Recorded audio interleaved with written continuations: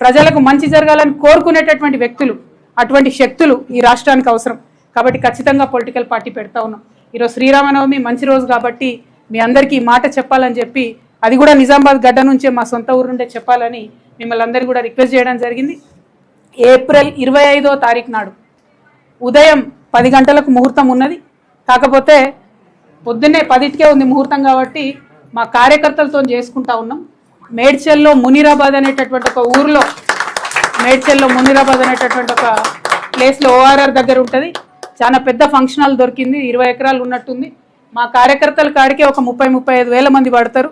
మిగతా జనరల్గా public meeting మళ్ళీ పెట్టుకుంటాం పొద్దున 10కి. కాబట్టి మా జాగృతి వాళ్ళు సిస్టమేటిక్ కార్యకర్తలు, ప్రతి గ్రామంలో ఉన్నటువంటి జాగృతి కార్యకర్తలు, ఉద్యమకారులు, ప్రజాస్వామ్యవాదులు, ఈ రాష్ట్రంలో రాజకీయాల్లో మార్పు రావాలనుకునే వాళ్ళందరినీ కూడా మనస్ఫూర్తిగా ఆహ్వానిస్తూ ఉన్నాం.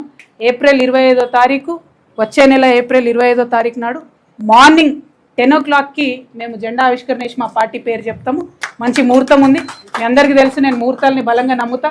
మరి కాలానుగుణంగా పనులు చేస్తే ప్రజలకు కలిసి వస్తుందని నేను బలంగా నమ్ముతున్నా. కాబట్టి ఆ ఉదయం పూట అయినా తీసుకోవడం జరిగింది.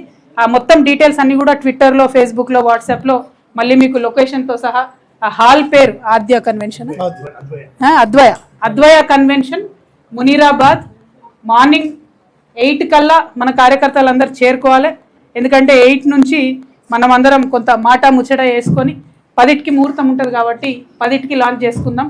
ఆ మొత్తం 18 ఎకరాల్లో కూడా మరి ప్రాంగణాలు ఎట్లుండాలి, స్టేజ్ ఎట్లుండాలి, మేము మా ప్రాంగణానికి ఎవరి పేరు పెట్టుకుంటాం. ఎందుకంటే మేము జయశంకర్ సార్ని ప్రాణంగా కొలుసుకుంటాం, మీ అందరికీ తెలిసిందే. జయశంకర్ సార్ పెట్టుకుంటాం. ఇంకా చాలా పేర్లు ఉన్నాయి, చాలామందిని గౌరవించేది ఉంది.